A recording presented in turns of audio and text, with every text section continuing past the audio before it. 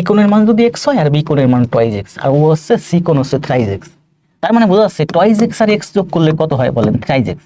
তাহলে এ আর বি ওদের দুই কোণের সমষ্টি থ্রাইস এক্স, আর সি একাই নিচে থ্রাইস এক্স, তাই না? ত্রিভুজের তিন কোণের সমষ্টি কত বলেন, 180।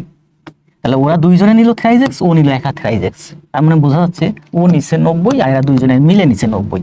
তার মানে এটা সমকোণী ত্রিভুজ। এখানে কিন্তু ব্যাখ্যা দেওয়া আছে যে x plus toys x plus thrice x সমান 180 হলে তাহলে থ্রাইস এক্স এর মান হয়, দেখেন এই যে থ্রাইস এক্স এর মান হয় 90। তার মানে একটা সমকোণী ত্রিভুজ। ত্রিভুজের যে কোনো একটা কোণ অপর দুইটা কোণের সমষ্টির সমান, মানে এটা যদি এক্স হয় আর এটা যদি ওয়াই হয় তাহলে এই কোণ হবে এক্স প্লাস ওয়াই। একটা ত্রিভুজের মানে ও একাই অর্ধেক নিয়ে নিছে, ও একাই অর্ধেক নিয়ে নিচ্ছে। তার মানে আমরা বুঝতেই পারতেছি যে এই কোণটার মান হবে 90 আর এই দুইটা কোণের সমষ্টি হবে আমার 90। তার মানে এটা একটা সমকোণী ত্রিভুজ। হ্যাঁ, সাবিহা অ্যান্সার দিচ্ছেন, সুজন, শাহরিয়ার, সাকিব, খালেদা, জোনাকি, টগর, সোনিয়া, রুবি, টুম্পা, আরেফিন, জোনাকি, টগর, আল শাহরিয়ার, খালেদা, দ্রুত অ্যান্সার দেন সবাই।